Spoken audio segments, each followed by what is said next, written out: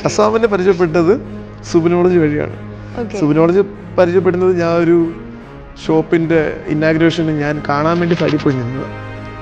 അങ്ങനെയാണ് സുബിനോളജി കണക്ട് ആവുന്നത്. അപ്പോൾ സുബിനോളജി പറഞ്ഞു, ഞാൻ കാണുന്നുണ്ട് വീഡിയോ ഒക്കെ, നല്ല ഇമ്പ്രൂവ്മെൻ്റ് ഉണ്ട്.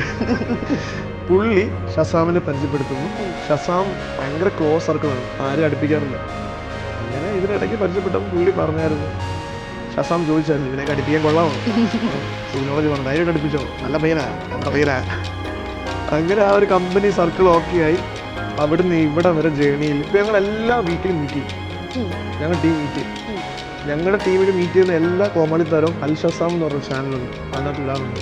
റോ ആയിട്ട് പുള്ളി വേണ്ടിയിട്ട് പോഡ്കാസ്റ്റ് മാത്രമല്ല, ആ ചാനലിൽ നമ്മുടെ വ്ലോഗ് ഇടാറുണ്ട്. നമ്മൾ പോഡ്കാസ്റ്റ് ചെയ്യുന്നുണ്ട് ഇപ്പം.